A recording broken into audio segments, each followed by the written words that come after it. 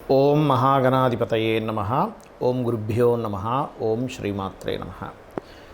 మనం ఈరోజు జూలై మాసంలో గ్రహస్థితి ఏ విధంగా ఉంది, దాని మూలంగా ఎవరెవరికి ఎటువంటి ఫలితాలు జరగనున్నాయి అనేటువంటి విషయం చెప్తుంది. నేనైనప్పటికీ కూడా చెప్పిస్తుంది సాక్షాత్ లలితామ్మ వారిగా భావిస్తూ, ముందుగా అసలు గోచారం ఎలా ఉంది అని చూసుకున్నట్లయితే, మీనరాశిలో శని, వృషభంలో స్వక్షేత్రంలో శుక్రుడు, మిథునంలో గురువు యొక్క సంచారం జరుగుతుంది. ఆ యొక్క శుక్రుడు 26వ తేదీ వరకు అక్కడ ఉంటాడు.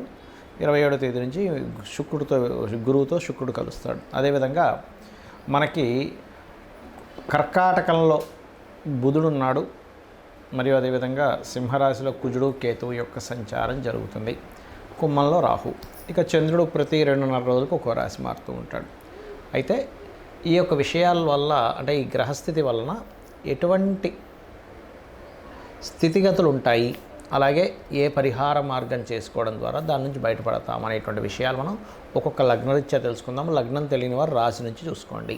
తులాలగ్నము, తులారాశి. తులవారికి కనుక చూసుకున్నట్లయితే కాస్త షార్ట్ జర్నీస్ ఎక్కువగా ఉన్నాయి. అంటే ఉన్న ప్రదేశం నుంచి మార్పు అనేటువంటిది చాలా స్పష్టంగా గోచరిస్తుంది. అలాగే ధన విషయంలో మనం ఒక్కోసారి చూడండి, ఎవరో ఏదో చెప్పారు, ఈ ధనాన్ని ఇక్కడ పెడితే బోల్డ్ లాభం వస్తుంది కదా అని చెప్పి మనం కొన్నిసార్లు లాజిక్స్ మర్చిపోయి ఏదో వాళ్ళు చెప్పారు, ఇన్ని డబ్బులు వచ్చేస్తాయి కదా, మన కుటుంబం ఏదో బాగుంటుంది, పిల్లలకి ఏదో మంచి చేయొచ్చు, లేదా కొంతమంది అయితే నేను చూశాను కొన్ని మంచి కార్యక్రమాలు చేయొచ్చు కదా అని చెప్పి ధనాన్ని ఇన్వెస్ట్మెంట్ చేసి వాళ్ళు ఉన్నారు. అంటే వాళ్ళ స్వార్థం కోసం కాదు, ఇది వస్తే నేను అనాథాశ్రమానికి ఇస్తాను, లేకపోతే గుడి కట్టిస్తాను అనేటువంటి మంచి పని చేయొచ్చు అనే దాంతో కూడా ధనం ఇన్వెస్ట్మెంట్ చేసి పోగొట్టుకున్న వాళ్ళు ఉంటారు. కాబట్టి ఈ విషయాల్లో కొంత జాగ్రత్తగా ఉండండి. ధనాన్ని ఎవరో ఏదో బిజినెస్ చెప్పారు అందులో ఇన్వెస్ట్మెంట్ చేసేటప్పుడు. కాకపోతే లాభస్థానంలో పాపగ్రహాలు మంచిదే, కొంచెం మన ప్రయత్నం గట్టిగా చేస్తే సక్సెస్ కూడా ఇస్తుంది, ఇవ్వదని కాదు. కాకపోతే ఈ యొక్క విషయంలో కూడా కాస్త జాగ్రత్తగా ఉండండి. అలాగే కొన్ని కొత్త కోర్సెస్ చేసి వేరే వేరే ప్రాంతాలకు వెళ్ళి ఉద్యోగం కోసం చేసే ప్రయత్నం ఫలిస్తుంది.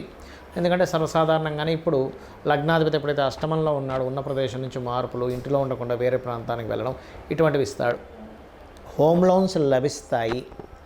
కాకపోతే కాస్త ఇష్టపడిన వారిని వివాహం చేసుకోవాలనేటువంటి ప్రయత్నం మాత్రం, ఎందుకంటే సప్తమాధిపతి కుజుడు కేతువుతో ఉన్నాడుగా, కొన్ని ఘర్షణలు, తద్వారా కొంత స్ట్రెస్ ఇటువంటివి ఉన్నాయి. ఎందుకంటే సప్తమాధిపతి అయిన కుజుడు కేతువుతో కలిసి పంచమాధిపతిని చూస్తున్నాడు. అంటే ఇద్దరు శత్రుగ్రహాలు అయినందుకు ఏమవుతుంది, ఇక్కడ ఇష్టపడిన వివాహం చేసుకుందాం అనుకునేది మీకు స్ట్రెస్ని ఇస్తుంది. కాబట్టి ఈ యొక్క విషయాల్లో కొంత జాగ్రత్తగా ఉండాలి. అలాగే మరొక విషయం ఏంటంటే, ఇక్కడ గమనించుకున్నట్లయితే ఇక్కడ ఈ భాగ్యంలో గురువు ఉన్నందుకు కొంతవరకు భాగ్య గురు బలాన్ని ఇస్తాడు. కానీ ఈ లగ్నానికి ఎంతైనా పాపి కదండి అన్నప్పుడు 2 రకాలుగా ఇస్తాడు అక్కడ. అంటే కొంతమంది గురువులతో కలిసి రావడం, కొంతమంది గురువుల వల్ల ఇబ్బంది పడడం జరుగుతుంది. మరి దానికి ఏమిటి, చక్కగా గోవుకి క్యారెట్స్, గ్రాసము మరియు అరటి కాయలు గనక చిన్నగా కట్ చేసి మీరు కనుక వాటికి తినిపించినట్లయితే ఎటువంటి గురు సంబంధించిన దోషాలు ఉన్నా, అయితే ఇది గోచారంలో ఇచ్చేటువంటి రిజల్ట్స్ ఇస్ కంప్లీట్ పాజిటివ్గా ఇస్తాయి ఇప్పుడు కూడా. కానీ జన్మజాతకంలో కనుక తులాలగ్నానికి గురువు కనుక 9లో ఉన్నాడు అనుకోండి, తులాలగ్నానికి గురువులో ఇబ్బంది వస్తుంది. అలాంటప్పుడు ఏమిటి, దాని అర్థం ఏమిటంటే పూర్వజన్మల్లో ఈయన ఏదైనా గురువుకి ఇబ్బంది పెట్టుంటాడు, లేదా వాళ్ళు ఇప్పుడు కొత్త కర్మలు తెచ్చుకుంటున్నారు. రెండూ ఉంటాయి, గుర్తుపెట్టుకోండి. వాళ్ళ కొత్త కర్మలు తెచ్చుకోవడం వల్ల మనం ఇబ్బంది పడకుండా ఉండాలన్నా, లేకపోతే మనం పూర్వజన్మ కర్మను అనుభవిస్తున్నా, ఒకటే గుర్తుపెట్టుకోండి. చక్కగా మీరు దక్షిణామూర్తి యొక్క స్తోత్ర పఠనం రోజు చక్కగా వినండి. అది కనుక మీరు విన్నారంటే గురు సంబంధించిన దోషం పోతుంది. అదేవిధంగా మరొక విషయం ఏంటంటే, పసుపుని గంధాన్ని మీకు దగ్గరలో ఆలయం ఉన్నట్లయితే ఆలయాల్లో దానంగా ఇస్తూ ఉండండి. అన్ని విధాలా మీకు బాగుంటుంది. మరియు దుర్గాదేవి యొక్క ఆరాధన చేయండి, దుర్గా అష్టోత్తరం చదవండి నిత్యం, అన్ని విధాలా బాగుంటుంది. నన్ను చాలామంది అడుగుతున్నటువంటి కొన్ని ప్రశ్నలకి ఇప్పుడు ఈ వీడియోలో నేను మీకు చెప్తాను.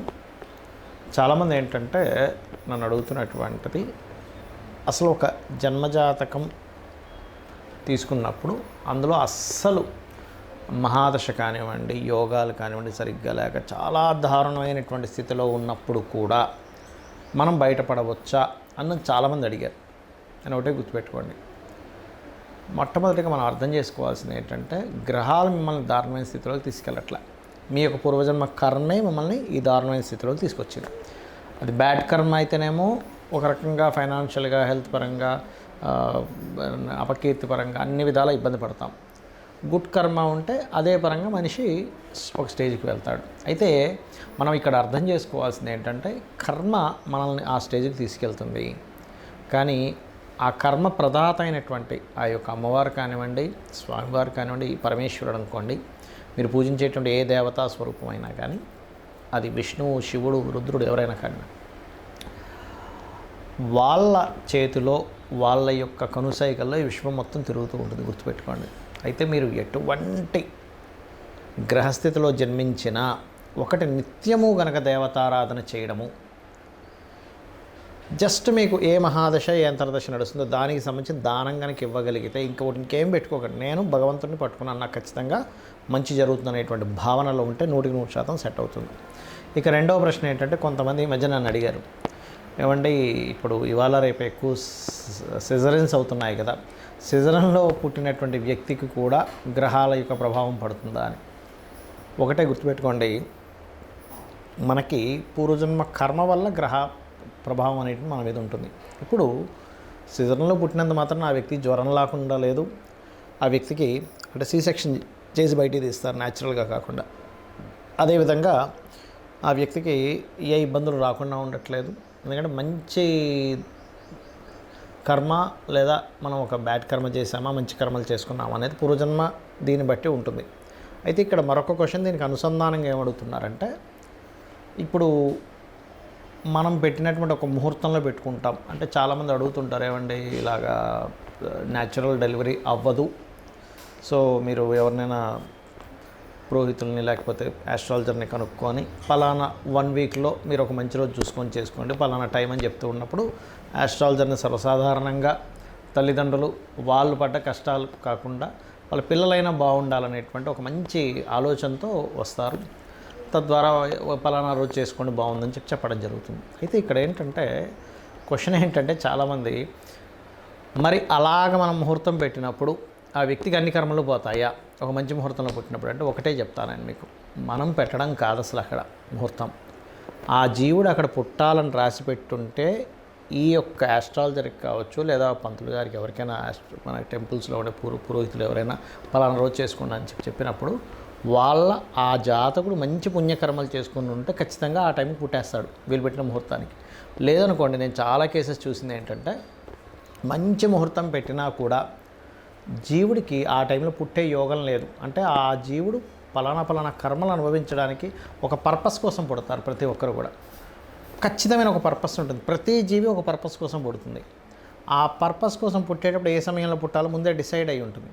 మనము పలానా ఉదాహరణకి ఇప్పుడు ఇది జూన్ మాసం నడుస్తుంది అనుకుందాం, జూలై 10వ తేదీయో పెట్టాం, కానీ వాళ్ళు జూలై 9వ తేదీ తల్లికి కాస్త పెయిన్స్ స్టార్ట్ అయిపోయి ఇమీడియట్లీ హాస్పిటల్లో తీసుకెళ్ళి జాయిన్ చేసేసి డెలివరీ చేసేస్తారు, ఆపరేషన్ చేసేస్తారు. ఎందుకంటే పెయిన్స్తో ఉన్నప్పుడు 10వ తేదీ దాకా ఆఖరిగా 9వ తేదీ వస్తే ఆ రకంగా జరుగుతుంది, గుర్తుపెట్టుకోండి. కానీ సర్జరీ చేసినప్పుడు పుట్టిన అంటే సి సెక్షన్లో పుట్టిన న్యాచురల్గా డెలివరీ అయినా ముందే ఫిక్స్డ్.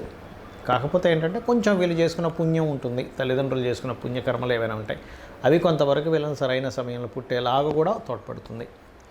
అయితే ఇక్కడ చాలామంది ఏంటంటే భయపడుతున్న అంశాలు ఏలినాడు శని, కాలసర్ప యోగం, ఇది చాలా పెద్ద ఎఫెక్ట్ ఇస్తుంది అనేటువంటిది ఒక మిత్తులో ఉంటున్నారు.